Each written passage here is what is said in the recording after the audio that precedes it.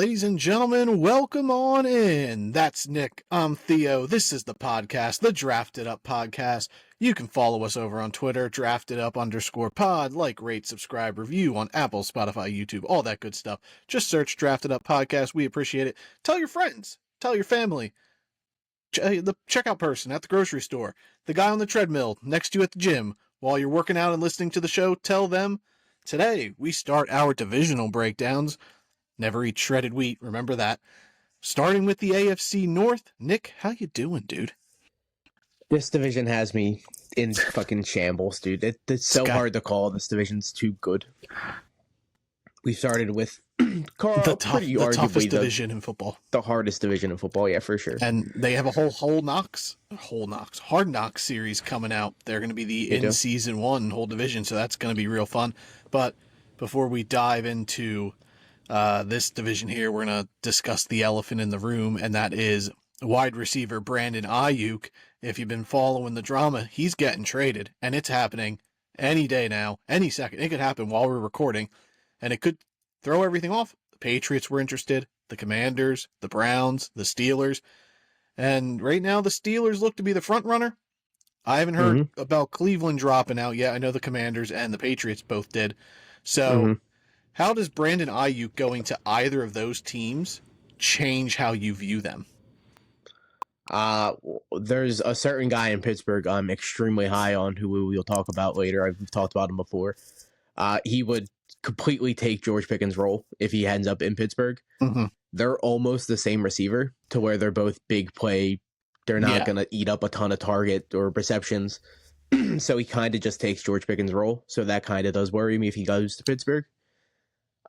Cleveland, if Cooper ends up getting dealt, which is the kind of the rumor for the trade, he would just slide right in the Cooper spot. Yeah. But if him and Cooper are both in Cleveland, that would be something to really figure out. I think that phases out one David Njoku then, and that really puts me out on that dude. If Ayuk ends up with Amari Cooper in Cleveland, Amari Cooper going to San Francisco, that's an interesting one though. I want to see how that would work out there. I still think it would be Debo Kittle, and then Cooper would be the third option in terms of that, sans Christian McCaffrey. But yeah, Ayuk going to either Pittsburgh or Cleveland does kind of dampen some guys. Like you said, George Pickens will get a bump down in the rankings, and a pretty decent one, I would assume, because Arthur Smith uses one receiver essentially, and you figure they're trading pieces for Brandon Ayuk. He's going to be the receiver there. Cleveland, it is a little more open. Stefanski does spread the ball around a little more. So this is done pre-Ayuk. So if you're listening after the trade and Ayuk happens to be on one of these teams, kind of intake what we talked about here at the beginning. But we're going to start with last year's division winner, the Baltimore Ravens. Last year, the Ravens finished 13-4.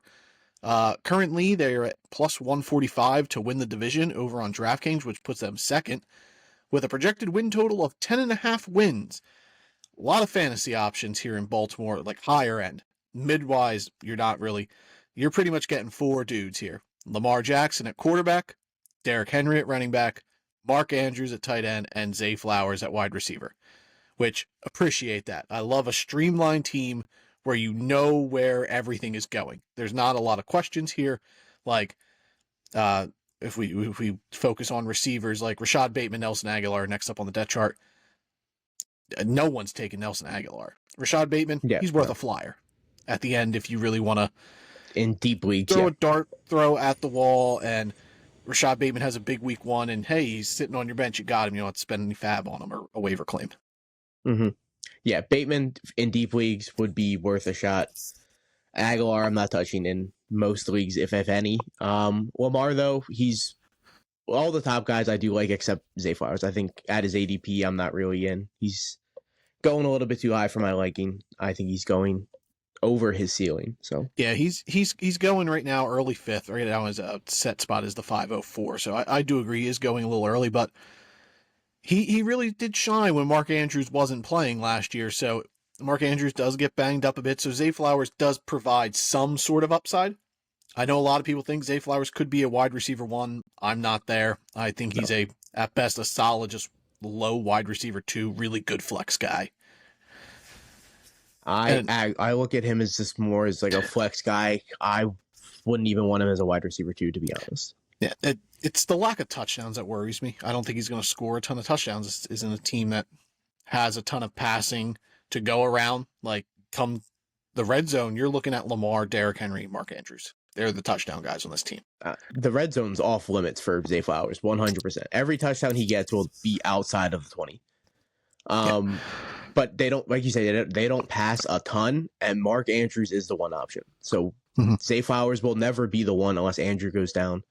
And you said he gets banged up a bunch or a little bit. He does get banged up a bit. He's missed a game or two last season and then once or twice there, but he doesn't miss a ton of time. No, he's good to miss a few games. Last year was the most he's like missed bulk wise. He missed like 4 or 5 games, I think. I don't even know if he missed that much, to be honest. But Lamar Jackson, though, he's the easy one. Reigning MVP. We currently have him as our QB4. He's going early 4th round at the 403. And I have no problems with where he's going. If I have the opportunity to take Lamar on how my team's been building, I'm going to take him. He breaks fantasy football. He's, a runner, a thrower. He's an advantage. He's pretty much an RB2 at worst and a QB1. So it's like an extra bonus there, and you can really then kind of not put your focus on, trying to find running backs because you have a guy who's going to put up a little bit more points at your quarterback spot because he does provide so much rushing upside. Lamar is almost foolproof. He'll be fine regardless of whatever happens. I also think Henry's also going to be fine. His split when he's on a winning team is way higher than a losing team, and Baltimore's going to be winning. So Henry's going to be eating up a ton of touches, a ton of time, just chipping away at the possession time. And Andrews did miss 7 games last year, but besides that, the most he's missed is 2. Just like 2. Yeah. So yeah. Henry, the only thing you got to worry about with him is the age. Like, it's going to happen one day, but I'm at the point where, like, a few years ago, I was like, I'm not going to chase Derrick Henry. He's going to hit that wall. But now I'm just like, if I draft Derrick Henry in the 2nd or 3rd round and he hits that wall, okay, so what? Like, this dude's been an anomaly. Like, he could still be an RB1 despite having 7,000 carries in his career. Like, I think he's built different. I don't think he's going to hit a wall, to be honest. Like, we've been saying it. I think it's past that point. I think he'll get kind of worse, but he's not going to. He's been doing this since school, like high school, middle school, college. He's been the elite of the elite wherever he's gone. It doesn't matter who he's playing. He's just better than the guy in front of him. Yeah. So Henry, I'm not worried about. Baltimore last year, top rushing offense in the NFL. And they've moved on from 2 of the running backs who were on the team last year in Gus Edwards and J.K. Dobbins. They brought in Derrick Henry. We currently have him as our RB14. He's going early 3rd, 302. I'm content taking him in the 2nd. Like, if I get one of the receivers in the 1st and Derrick Henry's there, I'm in on that. Yeah, if I pick in the middle or like the back end of the 2nd, early 3rd, that's where I'm looking to snag up Henry for sure. He's a very safe pick. Yeah, but the Baltimore rushing game, incredibly valuable. Other guys behind Derrick Henry, Keaton Mitchell, who was really good last year in the few opportunities he did get, real flashy player. I currently have him as my RB57, likely starts the year on PUP. He's got a ACL injury. Justice Hill provided, work. He got touches last year, and they drafted Rasheen Ali, who you and I were both high on in the draft process. So I don't think Justin Hill provides much unless like Derrick Henry gets hurt and then Justice Hill is splitting time with Ali and Mitchell and he's getting the pass catching role. But I have him as my RB62. I would rather take the upside on Rasheen Ali. If Derrick Henry does go down and I got to spend fab on a Ravens running back and Mitchell's on PUP still, I'm pushing more towards Rasheen Ali. Yeah, I would much rather Ali in that situation. They kind of forced themselves to use Justice Hill last year and they didn't like doing that, so I would kind of stray away from him personally. And Keaton Mitchell, though, whenever he does come back, I think he's going to be very valuable as a catching PPR kind of back. Yeah, he'll be the perfect complement to Derrick Henry, and I think that they're going to work him in and manufacture touches for him because he's so explosive. He's like a bigger Devon Achane. Yeah, for sure. He's a poor man's Devon Achane. That's what he was last year as well as his rookie year. Yeah, if you could pick him up on waivers late last year, Mitchell was very valuable in full PPR leagues. That is. Yeah, and then passing work, we touch base. It's Mark Andrews and Zay Flowers. They're the only guys you really want in the pass game. But I do want to bring up Isaiah Likely because when Mark Andrews did go down last year, Isaiah Likely was strong, and this dude he can ball. So like, it's weird that he's sort of like a tight end version of Alexander Madison. When Madison would get to play, when Dalvin Cook would get hurt, Alexander Madison was incredibly productive. Isaiah Likely has been incredibly productive when Mark Andrews goes down. Baltimore doesn't seem to utilize him elsewise. Like I'm unsure why they're not running him more in that wide receiver 2 role or like a big slot player with Flowers and Andrews on the field with him. That's what I would be doing. Like if I'm going to find any critique for Baltimore, they were the 21st ranked passing team last year. I would be utilizing Isaiah Likely more. I get what you're saying. They did bring in a new offense coordinator, correct? No. No, I thought they did. I'll look real quick. You talk Likely. I personally do like Likely a lot. I have him in a dynasty league, but again, it's only if Mark Andrews goes down. You can really solidly start him when Mark Andrews isn't there. No, it's Todd Monken still. He came in last year. Okay. So last year they switched. But yeah, he's only a backup plan. I have him 22nd ranked, Isaiah Likely. But when Andrews isn't on the field, he would be way higher than 22nd. Yeah. Likely sneaks into close to a tight end 1 range when Mark Andrews is out. I have him at 33 just because like he just doesn't get used when Andrews is on the field. And then we brought up training camp darling, Rashad Bateman. Always has a good camp. You know, everything's always sunshine and rainbows when Rashad Bateman is practicing, and it just doesn't transition to the field on a consistent basis, whether he can't stay healthy or it's just like Baltimore's not going to pass the ball a ton.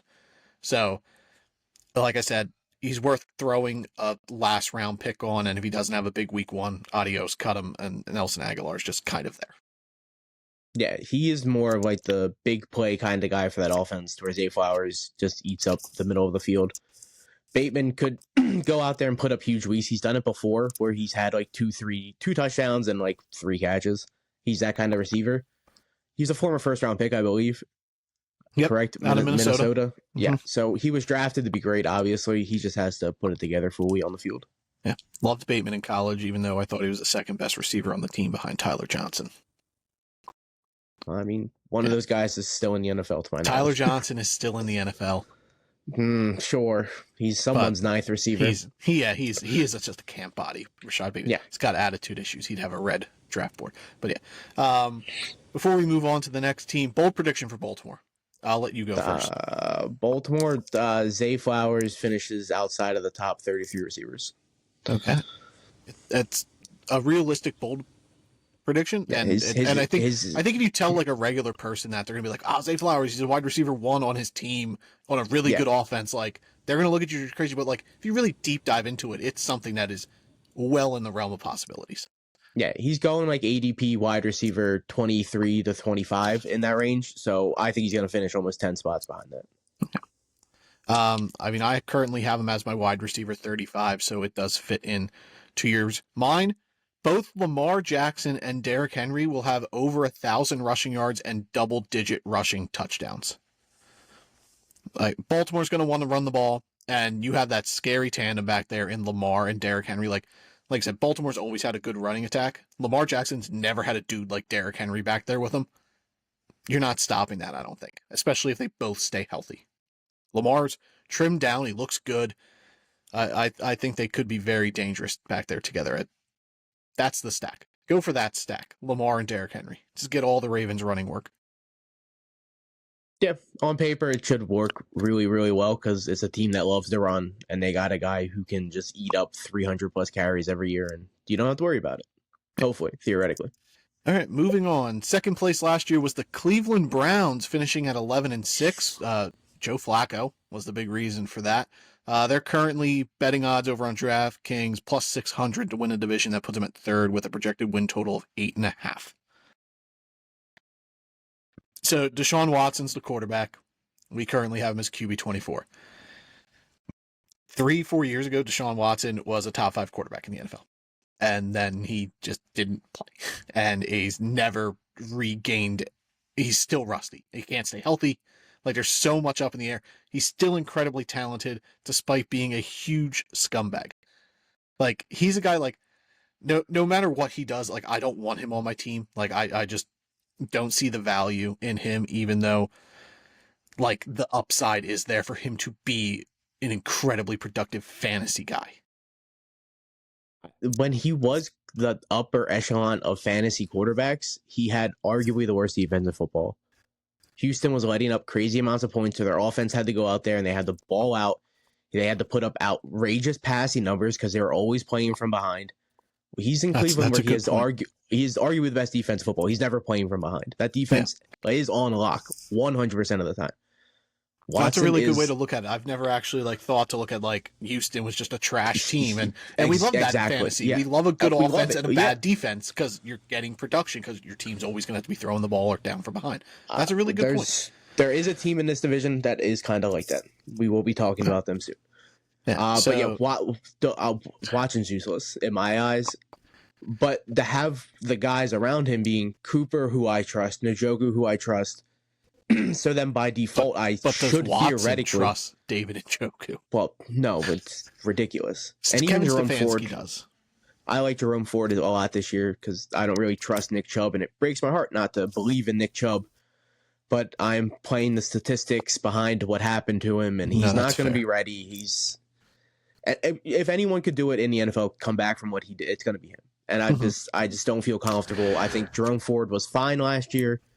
To where Nick Chubb can be eased. Solid. Yeah, you knew what you were getting. He had a good 100%. Yeah. And Nick Chubb can just be eased back into it. There's no reason to rush it. So I don't think this year is going to be Chubb's year. Yeah. Cleveland last year, 12th ranked rushing attack. Nick Chubb, Jerome Ford, Deonta Foreman. Those are the big names on the roster there. Chubb, we currently have him as our RB43, well below ADP. He's going 8th round right now at the 806. Yeah. We have Jerome Ford at RB32. And he's currently going at the 1105, which is a great discount. Like if you go with a 0 RB build, Jerome Ford's great value in the 11th round because you're getting a guy who for sure will be the starting running back for at least 6 weeks and then start to lose touches to Nick Chubb, but he's still going to be involved in the offense because of Nick Chubb's injury. There's no way Nick Chubb's going to handle the full workload right off the bat. Yeah, no, especially when Chubb comes back, Jerome Ford's still going to be that RB1, that first week he comes back, Chubb's not going to out-touch him.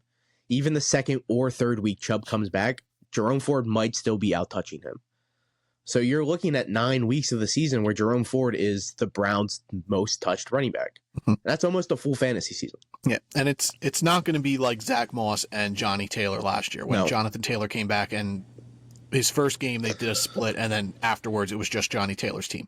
That's not going to be the case here because Nick Chubb's coming off a way more serious injury than Johnny Taylor was, and Kevin Stefanski is going to be calling the play, so that does give me some hope that David Njoku's going to be fine with Deshaun Watson. Last year, Cleveland was 19th in the league in passing. Guys on the depth chart, we're looking at Amari Cooper, Jerry Jeudy, shitty-ass Elijah Moore, Cedric Tillman at receiver, and then David Njoku's the only name at tight end. We currently have Amari Cooper at wide receiver 25. He's going at the 509. I have Jerry Jeudy at wide receiver 52. He's getting drafted to 1202. And then you got Cedric Tillman and Elijah Moore. I have him at wide receiver 81, and then Elijah Moore's at wide receiver 95. He's useless. I do like Tillman, sort of. He's been running as the 2 in this offense. And then Njoku we have at tight end 9. He's going at the 802, which is great value. I like Cedric Tillman a lot this year, way more than his ADP. His ADP is well out of receiver 100. He's being undrafted. Good dart throw guy at the end, just like we talked about with Bateman. Cedric Tillman's that case here. I'm gonna throw it back to another Watson in Houston reference. He reminds me a lot of Will Fuller, and Watson loved just chucking it up to Will Fuller, and he came down with it. That's kind of what Cedric Tillman's gonna be doing on the outside. He's gonna be the 2 over Jeudy. Judy's probably gonna play the slot. And Elijah Moore can get cut. He shouldn't be on the roster. That guy's cheeks. Yeah. I've been a huge supporter of Elijah Moore throughout his career, but I've cut ties. It's not worth it. Cooper, I think, is up for Sherlock. I love Cooper. Cooper, great floor, and he does have a wide receiver 1 ceiling, like a low end wide receiver 1. Like he could be wide receiver 12 on the year, finish, and it's gonna. But his floor also, you're drafting him at his floor. Yeah, for sure. He had that huge week, I think, in the championship or the conference week of last year, where he had 50 some points. Yeah. He can carry teams if need be. He's that kind of guy, so I love Cooper. And he actually put up numbers with Deshaun Watson. When Watson was in with Cooper, Amari Cooper was on like a top 7 wide receiver pace in fantasy. Yeah. So we've seen the connection. It's in Njoku that we're worried about. Yeah, when Watson was on the field, Njoku it wasn't the same as when it was with all the other backup guys, specifically Joe Flacco. I have Judy at 59th right now, and then I have Tillman at 80. Similar. And I have him at 80 or 68th. I'm sorry. I have Tillman at 68th. So almost 50 spots above his ADP. Yeah. And I do think at some point he's going to start coming up more to Jerry Judy's spot. So I think you're going to have him close to the top 50s. I do like Cedric Tillman. I think he's going to be a big touchdown guy this year. Yeah. Njoku, though, we're both content taking him at his ADP. He's going at the 802. I'm at 9th. He's my last tier of like the tight ends I'm willing to trust, him and Ferguson. Yeah. I love Njoku. I've loved him before the NFL. I loved him in college. I think Watson just has to use him. What we've seen from Njoku last year, he won me a championship. Him and McCaffrey, and I had like 2 other. We got CeeDee Lamb. My team was elite last year, and Njoku was a big part of that. Mm-hmm. So I don't see why that's not going to be an issue. Yeah, I think with Stefanski calling plays and not passing off to Ken Dorsey, Stefanski, he's the coach. He knows, like, hey, they're going to draw things up for David Njoku based off what he saw last year, and that's why I'm okay, especially where he's going. And if you miss on that, okay, like it's not like you're spending a 4th or 5th round pick like you are with Dalton Kincaid. Yeah, there was times where he was going like with Evan Ingram before Njoku was even proven, and at that point it bit you in the ass because he failed every year except last.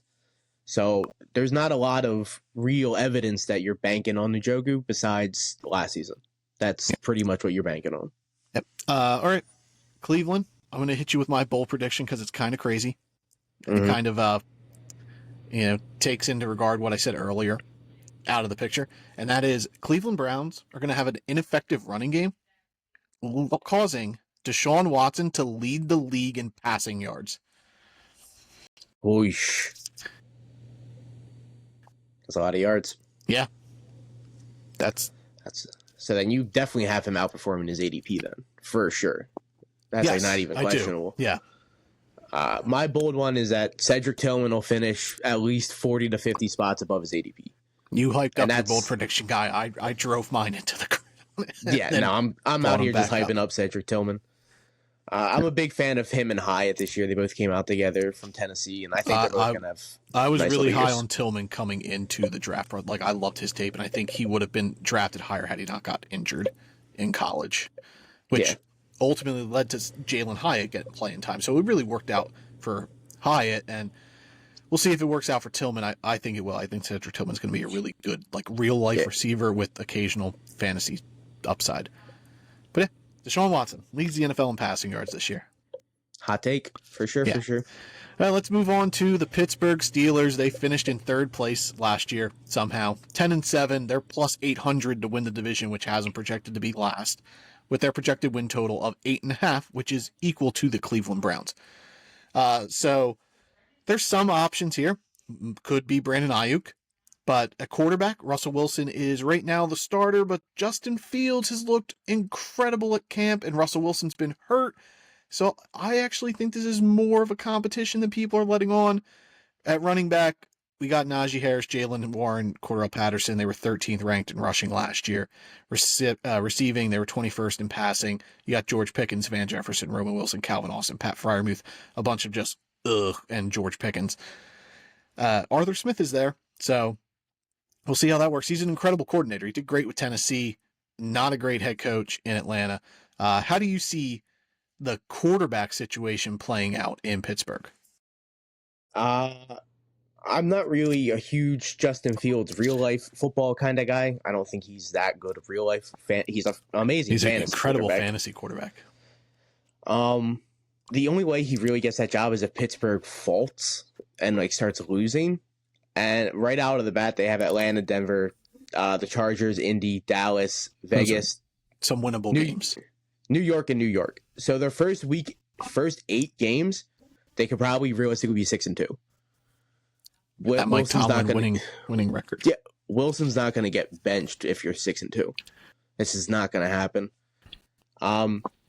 They had 10 wins last year, which is way more. I thought they had 9. Like, okay, yeah. I thought they had the one game over their winning streak. They had 9-8. No, they were 10-7. 10-7 with Mason Rudolph going into the playoffs with a terrible passing game. They had like 13, 14 passing touchdowns last year. Mm-hmm. Wilson had 26 in the last 2 years. Russell Wilson has that in one season. So, yeah, exactly. So he had to double their touchdowns. Pittsburgh's going to be fine this year. They're going to be. I think Wilson's going to make it throughout the whole season because they're not going to lose. Let me give you a hypothetical. What if Justin Fields starts every game for this kick returner? No. Kick returner? As the quarterback. He's the starting quarterback. Where's that rank Justin Fields? So we currently have Russell Wilson as our QB 25, one spot behind Deshaun Watson. I personally have him at 27. I have him lower. Average was, yeah. But yeah, average. I had him at 22, so he ended up at 25. Yeah. Justin Fields, say he's the quarterback for the whole year. Are we talking about Justin Fields? Like, Justin Fields to me is a guy you have to draft at the end of your draft. Because if he is the quarterback, or if he becomes the quarterback early, he should be going where like Anthony Richardson's going in like the 5th round. He has top 5 QB upside because he's so dynamic on the ground. Yeah, well, last year he was like a top 5 quarterback drafted, and it's outlandish, it's dumb, it's stupid. He's a terrible quarterback. Fantasy scoring's dumb, and it works in Justin Fields' favor. You take advantage of it. It does.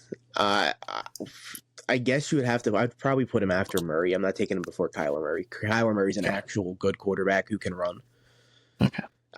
But I honestly don't think he's going to start. You don't think he's going to start? No, I do. I think Justin Fields is going to play the majority of the games for this team. I think they start 4-0. And then before their bye, they're 6-2. They're not going to pull Wilson. But what if they're 4-0 and Russell Wilson's just playing like shit? No, he's 4-0. It doesn't matter. Okay. That's not Pittsburgh's culture. Mike Tomlin has already come out and like defended Russell Wilson. He's the quarterback. I get that. But I think if Justin Fields is a starting quarterback for this team, the fantasy options are better than they are with Russell Wilson. I disagree. DJ Moore was a top 5 wide receiver almost with Justin Fields. Yeah, but that's not the offense Pittsburgh runs. Arthur Smith does not run that offense, ever. Arthur Smith runs an offense for Russell Wilson. Turn around, hand the ball off. He doesn't. Turn around. Yes, he does. But Arthur Smith's offense is working the middle of the field, and Russell Wilson's the worst quarterback in the NFL at throwing in the middle. He doesn't do it, and that's what Arthur Smith's offense, passing game-wise, thrives on. So but the passing game's not going to be there. It's not going to be a passing game. They're not going to have a passing game. That's why I think we go with Justin Fields. He provides another dynamic to the run game for Arthur Smith. But you're not going to bench your quarterback if you're 6-2 at the bye week. I don't think he's getting benched. I think Justin Fields is going to start week 1. I think there is a good chance of. I think it is being underplayed because I think Russell Wilson being injured currently and not really doing a lot. I'm so confident Russell Wilson starts week 1. I'm saying Justin Fields is the starter before the bye week. I mean, that's week 9. Is it week 9? Okay. Within the first 4 games, Justin Fields will be the quarterback for the majority of the season for this football team. They're going to beat Atlanta. They're going to beat Denver. I see, like Dallas, they're going to struggle with Dallas week 5, and then they got Vegas. They're going to beat Vegas. The Jets is a toss-up. Who knows with Rodgers? And they got us week 8. I honest to God see Pittsburgh at 6-2 going into the bye week, and Russell Wilson's that quarterback. Yeah, I don't, and I think that's where we're going to. I think Justin Fields gives them a better chance to be something more. No, Russell Wilson is a way better real life quarterback than Justin Fields, and it's not even close. I think Russell Wilson is nearly washed. I think he's on the end. He had 26 touchdowns last year. He's leaps and better than Kenny Pickett, and that's what they had last year. And they were 7-10 and 7 with trash. They're gonna do the same thing they did last year. Go in there, defense wins the games. Russell Wilson knows how to lock down wins. Yeah, we'll see. I just don't see Russell Wilson being the fit for Arthur Smith because of his lack of wanting to work the middle of the field. It's just not something Russ does. Because he's gonna run the ball. Okay, but he's gonna have to pass at some point. Yeah, the George Pickens, who doesn't work the middle of the field. George Pickens runs deep. That's what George Pickens does. But Pickens can work the middle of the field. I don't think Arthur Smith's going to change his offense to benefit Russell Wilson. George Pickens had 50 catches and 1,200 yards last year. He does not work the middle of the field. Well, we're going to have to not worry about George Pickens because it'll be Brandon Ayuk, who also doesn't work the middle of the field. Who's a deep threat receiver. But you can go to the middle running deep. But Russell Wilson doesn't throw in the middle. Yeah, he did. Yes, he did. When he had Tyler Lockett, he was constantly throwing in the middle of the field. He is one of the worst. He is like the least thrown quarterback. He threw like the league average at throwing in the middle is like in like the 30s, and Russell Wilson was at like 12%. It was like the worst in NFL history. No, just like his career. I'm sorry, I don't believe that. It's a thing. If he's at 12%, then Justin Fields is at 0 because he can't throw a football, my guy. I think Justin Fields is better for this team fantasy-wise. Himself. Yes. No, I think the other weapons. Justin Fields, DJ Moore was a top 5 guy with Justin Fields. And DJ Moore never did that in his career. And he gets Justin Fields, and he did it. Yeah, and a completely different offense. Carolina never ran that offense. He never had that opportunity in Carolina. Fields can yield a top 10 receiver, though. Which let's talk about the weapons. So can Russell Wilson. Yeah, but I don't think Russell Wilson can anymore. But let's talk about the other weapons. Najee Harris, Jaylen Warren. We have them ranked similarly. Najee's our running back 26. He's going at the 707. Jaylen Warren's the running back 23, going at the 902. And here's the Arthur Smith conundrum. Arthur Smith hates fantasy football. That's like the best running gag. But he also hates using first-round talents. Najee's the first-round talent. Jaylen Warren is the fantasy benefit guy. So it's like, which back does Arthur Smith use? He ends up using Cordarrelle Patterson. That's a joke. But how do you see the backfield working out here? I had Jaylen Warren coming out with more PPR points than Najee, and that has changed since Najee's my Pittsburgh running back. I want Najee out of both of them. Okay. Jaylen Warren will be a fine PPR option, but Najee's going to be the guy getting the ball in the red zone with Cordarrelle Patterson occasionally. I don't think Jaylen Warren has a chance of red zone options because Arthur Smith is going to use Jaylen Warren or Cordarrelle Patterson at the goal line. Mm-hmm. No, Cordarrelle Patterson. Patterson was on the goal line over Bijan last year. Yeah. Bijan Robinson. He's going to be on the goal line over Najee Harris and Jaylen Warren. That guy trusts Cordarrelle Patterson. A kick returning machine, Cordarrelle Patterson. He's going to have some part of he's going to be a heavily featured player on the team, whether it be in the backfield, lining up in the slot, or most likely as a kick return specialist because he's a Hall of Fame kick returner. I lean more towards Warren. I like the PPR upside. I don't think Najee provides a whole lot of rushing upside. I just think he lacks. I think he's a fine running back. He's a good fine RB2 flex guy, but I think Warren has more fantasy upside than Najee based off the fact that he should be involved in the passing game. He's going to be involved in the passing game, but I think the touchdowns lean out of his favor completely with Najee and Patterson. What would you say his ceiling is at touchdowns? 4?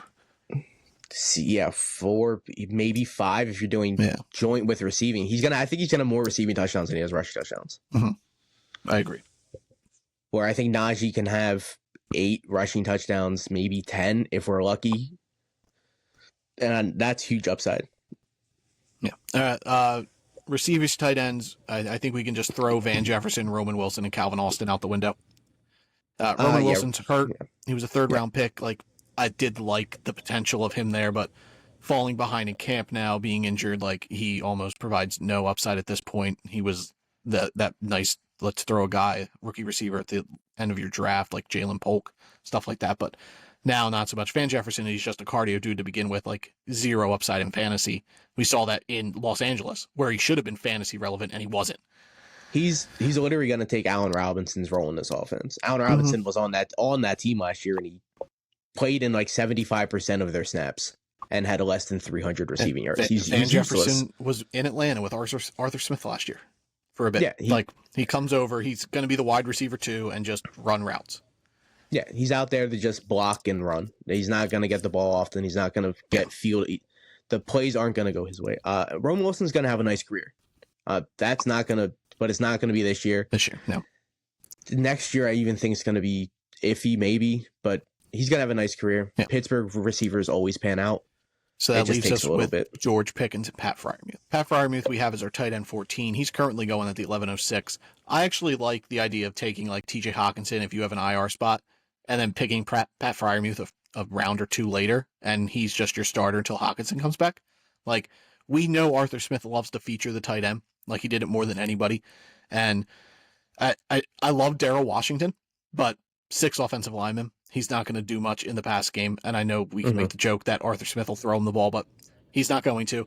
Hayward, the other tight end, okay. But like, I think Freiermuth is the perfect tight end for Arthur Smith. And I think he does get utilized in this offense somehow, even though, again, history shows Russell Wilson doesn't feature tight ends either. But like I said, I'm more on Justin Fields as the quarterback the majority of this season. I've been leaning that way now for a week or so. So like, and Justin Fields with Cole Kmet used him. So like, I think that's beneficial. And George Pickens, he has insane upside. The dude could blow up this year. And I do worry that if Brandon Ayuk does get here, George Pickens becomes nearly irrelevant in fantasy. I don't think he's going to be irrelevant. He's too good for that. I know it's a different offense. They still had 2 receivers last year with Deontay Johnson there, and he still was fine. Pickens, I love, though. I have him ranked as in my top 12. He's my guy this year for sure. Yeah. He was our wide receiver 18 consensus-wise. Going at the 506. Pat Freiermuth, though, I'm fine with if you want to punt the tight end position completely and just pick one late. He's one of the options you should be targeting. He's going to see targets. He's probably the number 2 in the passing game option. Maybe that's Jaylen Warren, depending on how the offense falls. But out of the receivers and tight ends, it's going to be Pickens and then Pat Freiermuth. And then, of course, if Brandon Ayuk gets there, it changes everything completely. Yeah, I mean, Pat Freiermuth, you're looking at a guy who's a year removed from almost 100 target season. Mm-hmm. In 2022, he had 63 catches, 732 yards, and it was just the touchdowns, and he had 2. His rookie year, he had 7 touchdowns on 500 yards and 60 catches. Last year, like, he was banged up. He only played 12 games. It was a real flu. Like, I think Freiermuth has incredible upside because, like, tight end, like, there's not a lot of that. I do like the top guys at tight end, like the top 10 dudes. But after that, like, there's so many guys that you could take at the end of this draft who could vault themselves into a top 8 position. I think Pat Freiermuth does possess that ability. I'm pretty sure he started the season hurt last year or ended up getting hurt. Yeah. So before we move on to the final team here, what's your bold prediction for the Steelers? George Pickens will finish the season as a wide receiver 1 in the NFL, fantasy-wise. Okay. Mine does sort of have that. Mine is Pittsburgh has a top 12 player at every position. A top 12 quarterback, a top 12 running back, a top 12 receiver, and a top 12 tight end, being Freiermuth, Justin Fields, Najee Harris, or Jaylen Warren, and then George Pickens or Brandon Ayuk. If he does end up being traded to Pittsburgh, I think he would end up being the top 12 guy over Pickens. But I don't think Russell Wilson provides the top 12 upside. I do think Justin Fields does. Yeah. Very bold of you to say Russell Wilson finishes top 12. Yeah, no, that's too bold. That's too spicy. That's some spice level I don't want. He's their quarterback, so it's got to be him. Yeah. Well, I think it will be Justin Fields. The final team in the division, the Cincinnati Bengals. Last season finished at 9-8. They are at plus 140 to win the division with a projected win total of 10.5. That puts them at first in each. There's a lot of names on this team. Joe Burrow returning from injury, got that weird wrist injury that no quarterback's ever had. This is like a linebacker injury. So I've seen some Burrow throws in practice. Some have looked pretty wonky. Others have looked good. And he's not throwing for 3 days in a row. So that does worry me a little bit. We have him as our quarterback 6. He's going mid-6th round at the 605. Running back wise, you're looking at 2 people. It's Zach Moss and Chase Brown. The Bengals were 31st in the league in rushing last year. And then passing game wise, you're looking Jamar Chase, T. Higgins, Jermaine Burton, Andre, Yoshi Voss are your receivers. Mike Gesicki's your tight end. Bengals were 13th ranked in the passing game last year. Again, like Baltimore, this is a pretty streamlined team, except at running back. You know you're getting Jamar Chase, T. Higgins. Chase has wide receiver 1 upside. T. Higgins is looking at a wide receiver 2. And then Joe Burrow should be a top 10 quarterback, bearing health. Hey, as long as Burrow stays on this field, that offense is going to be elite. Mm-hmm. Last year you started off hurt, and their defense is bad. Their defense is really bad. They were 31st in allowed yards per game last year. They were 25th in rushing yard. Their defense is bad, and that's what we're looking for. Like we brought up with Deshaun Watson, you want a great offense that has a bad defense because they're going to have to throw the ball and score. Exactly. I love Joe Burrow this year. Me too. I love Joe Burrow. I like all 3 of their receiving options. I don't want any of their running backs. I think the way you're looking at the Browns' rushing yards is kind of how I'm looking at the Bengals. I mean, the Bengals, I think, are going to be horrendous at rushing the ball. They were 31st in the league in rushing last year, but it just so happens they had just one running back. It was Joe Mixon. So now I'm willing to say they might end up 32nd. You got 2 running backs clouding the position here, which makes it tough to draft in fantasy. Zach Moss is going at the 811. Chase Brown is going at the 1103. So Zach Moss is a little more expensive. Chase Brown's pretty much a free pick.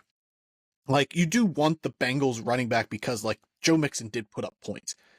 But the problem is, like, if these 2 guys are Joe Mixon, you don't want either of them because then they're just splitting the points. And Joe Mixon's points were just, fine. He didn't have a big ceiling. He was just consistently 15 points a game. When you split 14.5 points into 2 people, it comes out to 7.5 points-ish, and that's not worth my time. I'm willing to take a flyer on Chase Brown because he's going in the 11th round, and right now he's been getting the first team reps. Now, if his ADP does get elevated to where Zach Moss is, and he's going in the 8th, I'm hesitant on that, and then I'm not going to touch Zach Moss in the 11th. I think their ADPs are going to kind of blend together where they just start going almost like the same round, if not just a round apart. So sort of like Tajay Spears and like Tony Pollard. Yeah, essentially. And I think it's just based off, it's the Bengals offense. You want to be attached to it. Theoretically, one of the running backs should be good.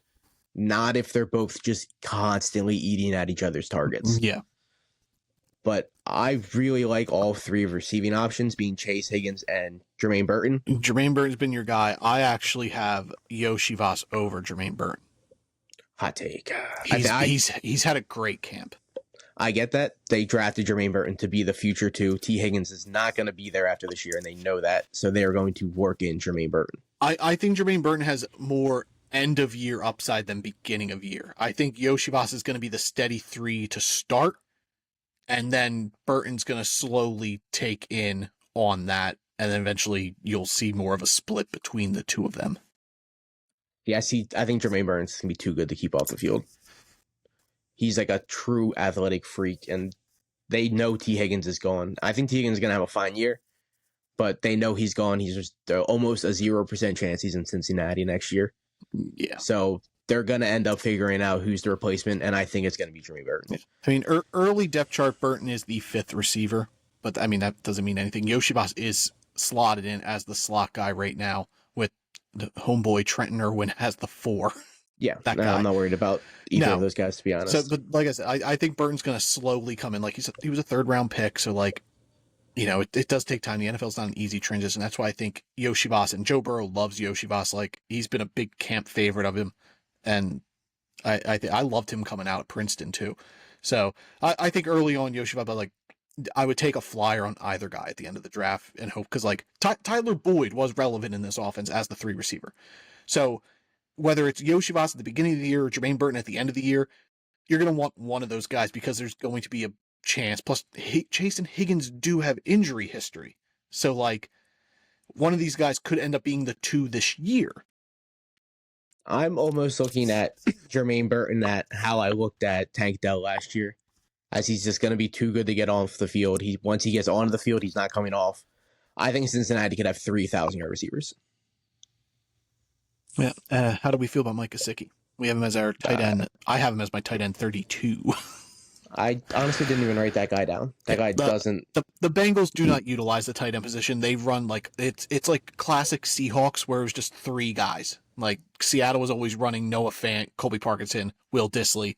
The Bengals last year with injuries and just scheme, it was Drew Sample, it was Irv Smith, it was Tanner Hudson. Now you got Gesicki in there, but Drew Sample's still there. Tanner Hudson's still there. Gesicki's a great athlete, and he could have a boom game. Like, he's probably a good best ball pick, or you have no money in DFS, so you put it on Mike Gesicki. He could have a big week, but he's not worth any sort of draft capital whatsoever in my eyes. Yeah, no. It's he faded away when he didn't become New England's main tight end. Yeah, and Hunter Henry overtook him, and Gesicki's just failed completely. Yep. Jamar Chase, we have him as consensus wide receiver 6. He's going at the 105 right now. We have T. Higgins at wide receiver 28. He's going at the 509.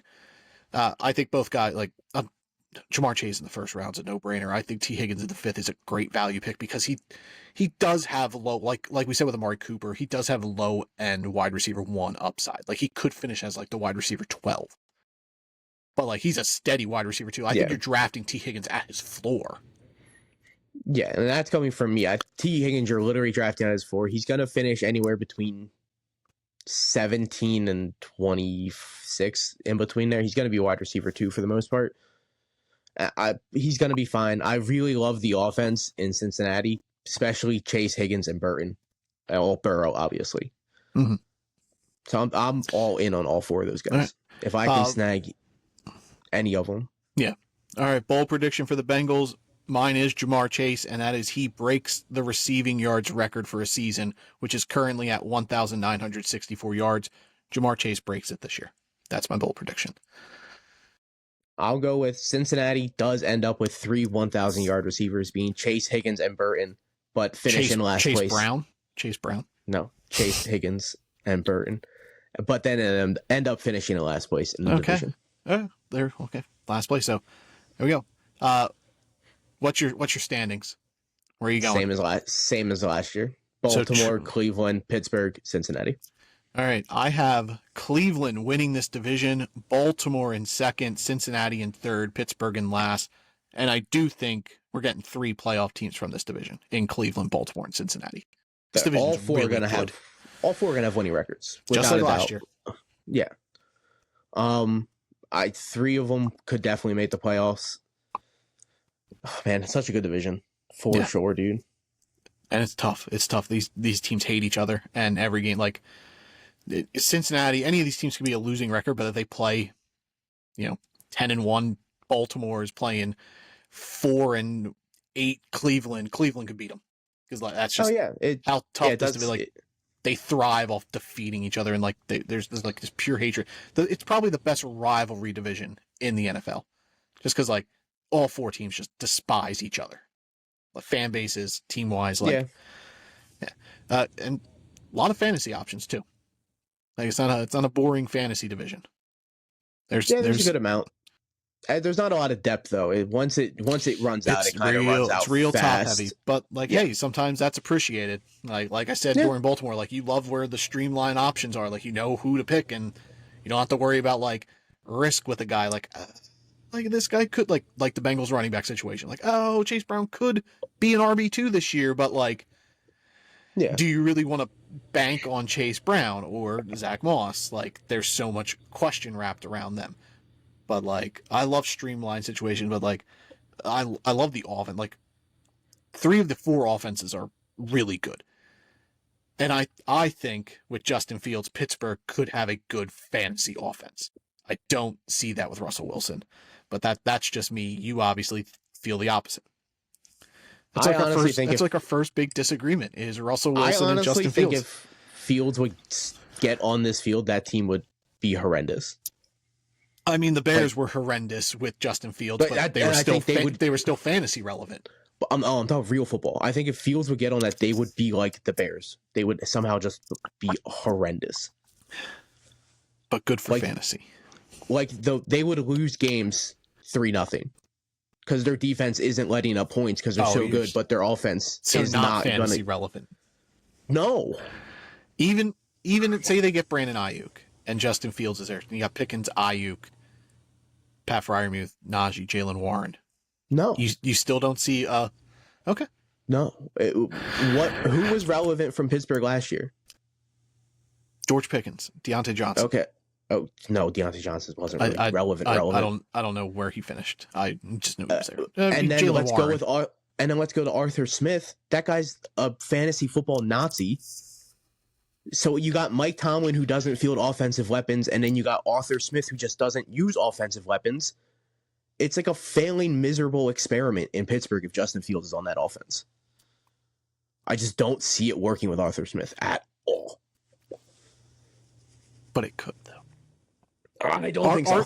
Arthur Smith could just be like, I'm just this incredible coordinator. I've just been holding all this back. Here's all this wacky stuff. And then he gets another head coaching gig and he goes back to, I'm just going to throw the ball 15 times. Bring me Ryan Tannehill. We're going to run the ball 80% of the time. We have 13 pass attempts a game. Yeah. Arthur Smith's an incredible coordinator. So I am interested in how this works out because he is conflicting with his two quarterbacks. He's never really had a scrambling quarterback. I guess he had Mariota, but Russell Wilson doesn't work the middle of the field. And that's where Arthur Smith prefers to go. Arthur Smith doesn't like working the boundaries, which is where Russell Wilson and Justin Fields prefer to work. And then you got Najee Harris, who is the high capital draft pick, but Jalen Warren's the fantasy guy, and George Pickens, who could be a superstar like Drake London. There's a lot of I am interested to seeing how everything plays out in Pittsburgh. They are the biggest question mark in terms of fantasy in this division. Oh yeah, for sure. But then they're almost just a sure lock in for 9 to 10 wins. So they're just super safe, regardless of whatever happens. Incredible defense, good head coach. That'll do it for you. They have a top 5 defense, a top 7 coach, and then a great run game with a great run coordinator. So, and I mean, Wilson and Fields are both upgrades over Mason Rudolph and Kenny Pickett last year. Yeah, I mean, you can get 40 quarterbacks in that are going to be better upgrades than any of those guys. So, hypothetically, they won 10 games with those guys. They should win so many more games with these guys. But football's weird. You can have the better players and it just doesn't work out. Pittsburgh, a lot of questions there. All the other teams seem pretty well set in stone. Where everything's going. Deshaun Watson being the biggest question mark outside of Pittsburgh. I don't think you're going to see. And then Burrow's health. Yeah. Yeah. You got Baltimore's Burrow's health. You got, if Henry holds up, which he theoretically should, but hey, you never know. Yeah. You got a lot of health concerns, though, in Baltimore with Andrews. Even Lamar. Lamar was banged up 2 years ago. I was going to say Andrews and Lamar. Yeah. We'll see. Tough division. Great division. Watch the Hard Knocks when that starts rolling out. I can't wait for that. But there you go. You had it. Chalk up of the last year. Baltimore, Cleveland, Pittsburgh, Cincinnati. I have the Browns winning in the big shock. Baltimore, Cincinnati, Pittsburgh, 3 playoff teams. Good fantasy options. Maybe Brandon Ayuk joins the fold here too. Who knows? We'll see how it goes. But that's it. AFC North in the books.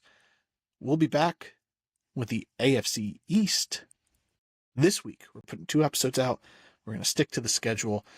AFC East will be a little less fun to talk about than this division, in my eyes. You got I don't know, you got 3 good teams. It'll be definitely less fun. But we have to talk about the New England Patriots. Do we have to? You can just cut them out and be they got Ramondre, so... Yeah, we'll see. There we go. AFC North in the books. Again, we're over on Twitter at @DraftedUp_pod. I should probably create us other socials because Twitter's dying. But that's too much work. But we're on Apple, Spotify, YouTube. Rate, subscribe, review. Again, word of mouth. Tell everybody. Create a TikTok? It's gonna get shut down, dude. Yeah, I don't know. Create an Instagram and a Facebook. I don't know. Facebook's also dead, dude. Yeah, What do we have, a 50-year-old audience? But then we can get some boomers on the show. We have like one guy on the data who's like over 40 who listens to the show. Shout out to that guy. Props there, Grandpa. We love you, whoever you are. Yeah, for sure. We'll Sonny, post on Facebook for you. Theo likes Justin Fields. Oh, he's getting his independent news sources from us. Yeah. That crazy old man. Instagram's probably the way to go, I guess. Yeah. That's like I don't use Instagram though, so I guess that's the social media that's being used. Who knows? Well, word of mouth is the best way to do it. Maybe I'll make little like business cards. We'll hand them out at wrestling shows. Yeah. I'll stick them on people's windshields at parking lots. We'll just hand them out at the shows, like people do afterwards. We just gotta take this flyer. Here we go. This was just a picture. It's a picture of us on it. What a way to end the show here. We're just bantering business ideas. Yeah, us shooting the shit.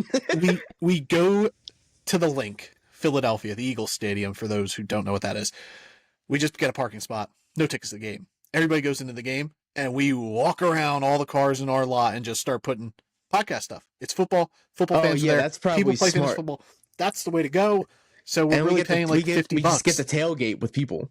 Yeah. We get to have fun if we don't get beat up. We can just wear Eagles jerseys and try to fit in.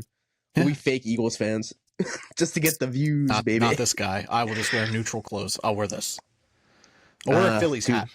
Or a Phillies hat. I'll fit in. That's my man. If Eagles fans are listening, they know I love the Eagles this year. I love all of their weapons. We'll get there. Yeah, eventually. There we go. AFC North in the books. Yeah, do the stuff. Thanks for listening, guys. We always appreciate it. Hell yeah. In the comments, tell us how you think this division pans out. Like, maybe you think Cincinnati's going to win. Or maybe you're just all in. You just think the Steelers, best run organization, they win the division. Who knows? I mean, I'd love to hear what you guys think. Any Steeler fan out there is going to be like, Pittsburgh's winning a division regardless of what's happening, brother. Yeah. Pittsburgh. Hulk Hogan's a Pittsburgh fan. Okay. Let me tell you something. He wore yellow, brother. What do you think? He fucking loves the Steelers. Dude. Yellow and red, though. He's a Chiefs guy. He's a homer. He actually likes the Bucs. He's a Bucs fan. Oh, that poor guy. He lives in Tampa. Okay, that's podcast over. Yeah, we're done. We're out of here. End this podcast, Adios. dude. Fuck Hulk Hogan. God. Fuck Hulk Hogan. He's a racist butthole. No Hulk Hogan liking. He looks like a hot dog. Adios, guys. We appreciate it. You do the deed. Thanks for listening. Tell everybody. Do all the stuff. We always appreciate you guys. Adios. This is the Drafted Up Podcast. Bye.